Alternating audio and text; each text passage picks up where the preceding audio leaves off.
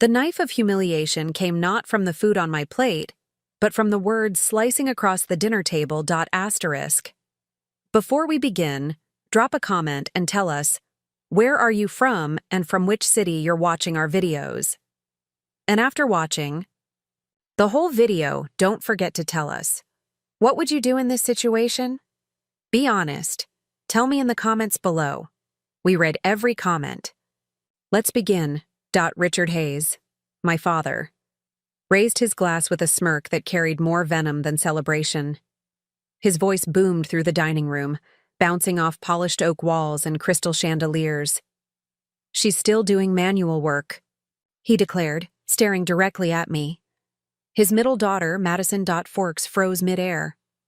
My sister Brooke let out a soft laugh, covering it with a sip of wine, while my brother Daniel leaned back in his chair, smirking like he had been waiting for this. "Manual labor," Richard repeated, shaking his head as if my existence was a tragedy. 29 years old and she's still scrubbing and lifting like some hired help. Imagine, when the rest of us are building legacies, Madison's just building calluses. The table erupted in muffled chuckles. My mother, Linda, lowered her gaze to her plate, her silence screaming complicity. Brooke leaned toward Jessica Miller, our cousin, and whispered loud enough for me to hear, "Maybe Madison can polish the silverware when we're done here." Jessica laughed, her diamond earrings glittering with each cruel shake of her head. Heat surged through my chest, but I sat perfectly still, back straight, face unreadable. Inside, my blood roared. Across the table, Andrew Miller joined in. "Brooks, right? Everyone has a role, I guess. Some of us lead, some of us mop up." The laughter was sharper now, carried by wine and cruelty. Even Uncle Robert let out a dry chuckle, while Aunt Karen looked on with poorly hidden satisfaction. I met each of their eyes, one by one, letting them see the storm brewing behind mine. But I didn't open my mouth. Not yet. Richard leaned back, satisfied with his performance. "Madison, maybe one day you'll thank us for reminding you what failure looks like." My sister Brooke smirked, adding salt to the wound. "Don't be so harsh, Dad. Not everyone was born for success. Some of us shine. Some of us serve." Her words landed like daggers. But I didn't flinch. I pressed my palms into my lap beneath the table, nails digging into my skin to ground myself. I kept my head high, my silence steady. Because silence wasn't surrender, it was power waiting to explode. They thought I was small, weak, beneath them. What they didn't know was that tomorrow morning, they'd step into a reality they couldn't laugh their way out of. Because when Ethan, my husband, opened the gates of our mansion to welcome them, their smirks would vanish. And in that silence, when their laughter died, that would be my revenge. Asterisk. Morning. Sunlight spilled across the marble floors of the Cole estate, catching the edges of the massive glass doors that overlooked the garden. The mansion was alive with quiet elegance, the hum of the fountain outside, the gentle rustle of leaves carried by the morning breeze. And at the heart of it all, Ethan Cole stood tall in a tailored suit, his sharp jawline set with determination as he glanced toward me. His hazel eyes softened when they met mine.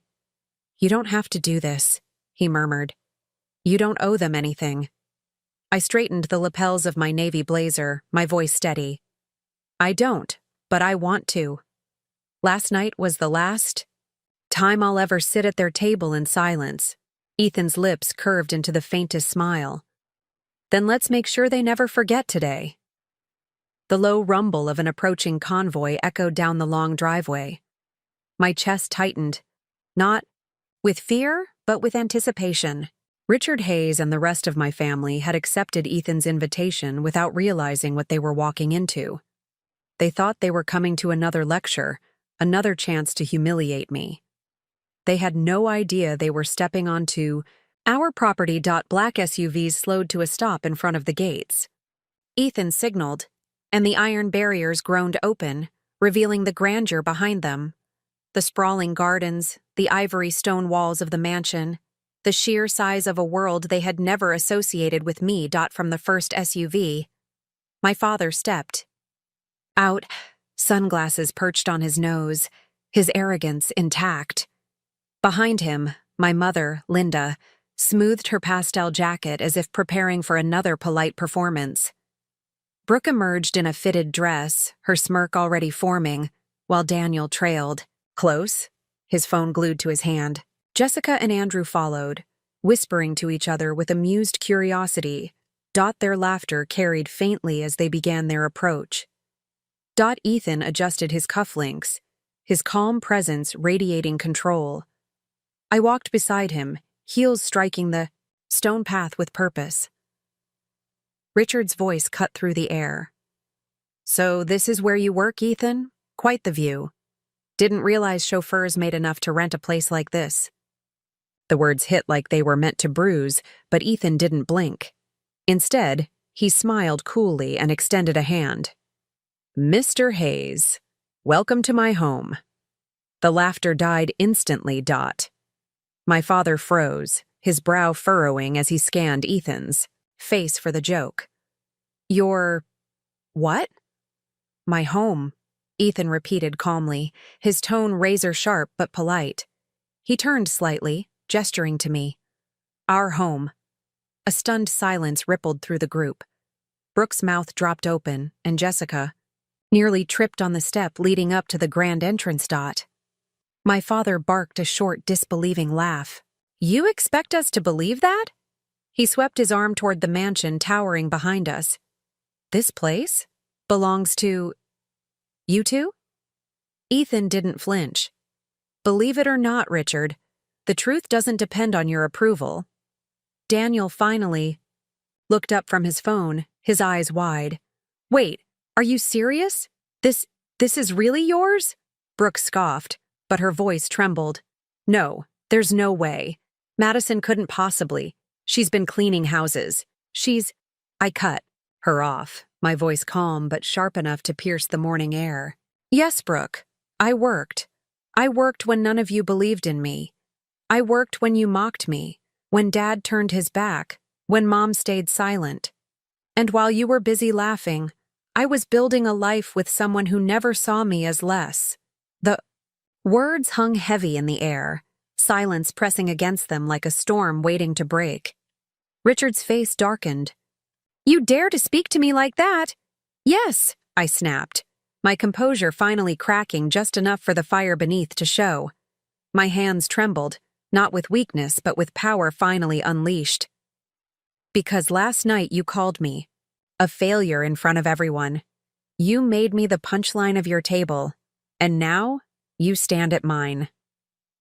Behind me, Ethan placed a steadying hand on my back, grounding me. His quiet strength said more than words ever could. Linda's lips parted, but no excuse came. Her gaze darted from me to Ethan to the mansion, disbelief tightening her features. Jessica whispered under her breath, "Oh my God," while Andrew shifted uncomfortably, unable to meet my eyes. I took a slow step forward, letting the weight of the mansion's shadow fall across my father's face. "You wanted me small, Dad. You wanted me silent. But silence doesn't mean surrender. It means patience, and patience built this." Richard's jaw tightened, his pride clawing for control even as his world tilted beneath him. Brooke's smirk had dissolved into pale disbelief, and Daniel swallowed hard, his arrogance draining like water from a broken glass. The gates clanged shut behind them, and for the first time in years, I wasn't the one trapped. I was the one holding the keys. Their laughter had died. Their confidence had crumbled. And standing in the doorway of the life they said I'd never have, I finally saw it in their eyes. Fear, envy, and the bitter realization that they had underestimated me. And that was only the beginning. The heavy doors of the mansion swung open, revealing a grand foyer lined with marble columns and chandeliers that glowed like captured starlight. My family stepped inside hesitantly, their shoes clicking against polished stone. Every detail, the sweeping staircase, the gallery of oil paintings, the scent of fresh lilies drifting from the hall, spoke of wealth they never imagined belonged to me. Brooke was the first to break the silence, her voice sharp with disbelief. "This is insane. Madison doesn't belong here." Ethan's expression stayed calm, but his tone cut deep. "Funny, because she belongs here more than anyone." Richard's jaw twitched as he scanned the room. His pride fought to smother his shock, but his eyes betrayed him. He was rattled. "This doesn't make you better than us," he spat. "Money doesn't erase who you really are." I turned to face him, my voice steady. "You're right. Money doesn't define me, but neither does your approval. I built this life not to impress you, but to free myself from you." The words hit harder than I expected. My mother, Linda, shifted uncomfortably, her eyes darting away like she'd rather melt into the marble floor. Jessica and Andrew whispered, in the corner, stunned into silence for once. Brooke's laugh was brittle. "Don't act like you're suddenly someone important. You'll always be the one who took the scraps, Madison. This mansion, it's Ethan's, isn't it? You just got lucky." Her voice echoed through the hall, dripping with envy and denial. Ethan stepped forward, his gaze locking on Brooke with quiet authority. "Everything here, Brooke, is ours.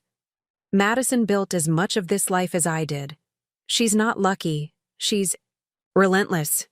That's something you've never understood." The sting of his words silenced her. Her smirk faltered, replaced with a flicker of shame. Richard's temper finally boiled. He slammed his hand against the back of a velvet chair. "Don't speak to my daughter that way." This family, I cut in sharply, left me to carry humiliation for years. You mocked me last night in front of everyone, Dad, and you've been doing it my whole life.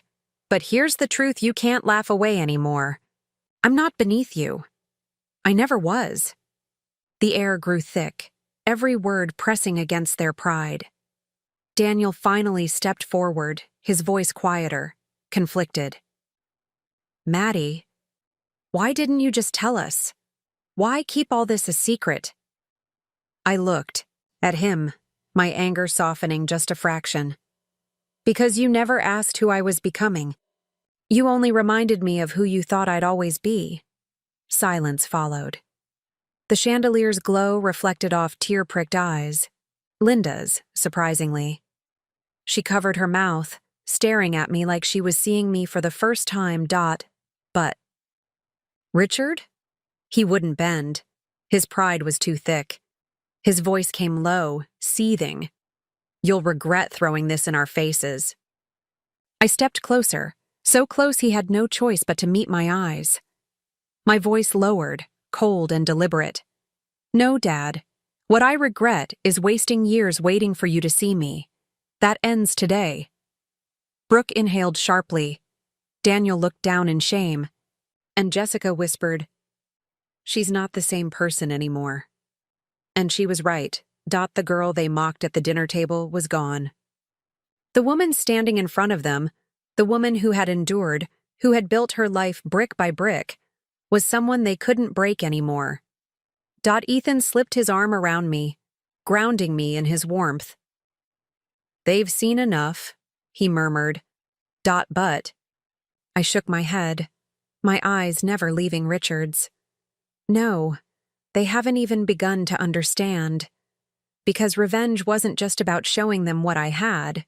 It was about showing them what they'd lost. And by the look in their eyes, they were finally starting to realize it. Asterisk. The weight of the silence pressed down on everyone in the room. My family, who once thrived on loud laughter and cutting remarks, now stood muted in the glow of the chandelier. Brooke's arms were crossed, her jaw tight, but her eyes darted across the marble floors and the grand staircase like she was trapped in a nightmare she couldn't wake from. Daniel fidgeted with his phone, pretending to check messages, though the tremor in his hand betrayed him. Jessica and Andrew clung to each other, their smugness dissolved. And my father, Richard Hayes, the man who had built a reputation on control, stood motionless, his pride leaking away with every passing second. Ethan's voice broke the silence, calm and steady, but heavy with meaning. Do you see now? This isn't luck. It isn't chance. It's the life we built while you mocked her. I stepped forward, my heels striking the polished floor with sharp echoes. Every eye followed me. My chest tightened, but my voice came strong, every word laced with years of pain and the strength that grew from it. You wanted to humiliate me last night, Dad. You wanted me small, powerless, someone you could laugh at in front of the family. But here you are, standing in my home, choking on the truth. Richard's lips pressed thin, his fists clenched at his sides. You think this makes you better than us? No, I said firmly. This doesn't make me better. But it proves I was never less. The words cut deeper than I expected. My mother's eyes filled with tears, and for a brief second, I saw regret flicker across her face. She whispered, almost to herself, "We didn't know." I turned to her, my tone softer but still unrelenting. You didn't want to know. You stayed silent every time he tore me down. Silence can hurt as much as cruelty. Linda's hand shook as she reached for her wine glass, her shoulders folding under the weight of truth. Brooke snapped suddenly, her voice breaking. So what? You've got a mansion, a rich husband, and now you think you can gloat? That doesn't change who you are. I locked eyes with her, my voice razor sharp. No, Brooke. What I have doesn't define me. But what I endured, and what I built from it, does. And it's something you'll never take away from me again. Her words died in her throat. Richard let out a harsh breath, desperate to claw back some control. We don't need your charity, Madison. Don't expect us to bow to you now. I stepped closer, inches from him, letting him feel the full force of my resolve. I don't want your gratitude. I don't want your approval. All I wanted was respect, and since you refused to give it, I claimed it for myself. Ethan's arm slipped protectively around my waist, his voice calm but final. You've overstayed your welcome. The words reverberated like a gavel striking. Down. One by one, my family began to retreat. Daniel shoved his phone into his pocket, avoiding my gaze. Jessica muttered something under her breath, pulling Andrew toward the door. Brooke glared, but the fire in her eyes was nothing but smoke now. Richard lingered, his face a storm of rage and disbelief. For years he had been the one in control, the one whose voice silenced the room. But now, his voice meant nothing. He looked around one last time, his pride shattered, before storming out into the daylight. The heavy doors shut behind them with a final, echoing thud. I stood in the center of the grand hall, my chest rising and falling, adrenaline coursing through me. For the first time in my life, I wasn't trembling from humiliation. I was trembling from victory. Ethan leaned in, pressing a kiss to my temple. His words came soft, filled with pride. They'll never forget this moment. I smiled faintly, though tears threatened my eyes. Neither will I, because last night I had been the subject of their laughter. But this morning, I became the silence that crushed it.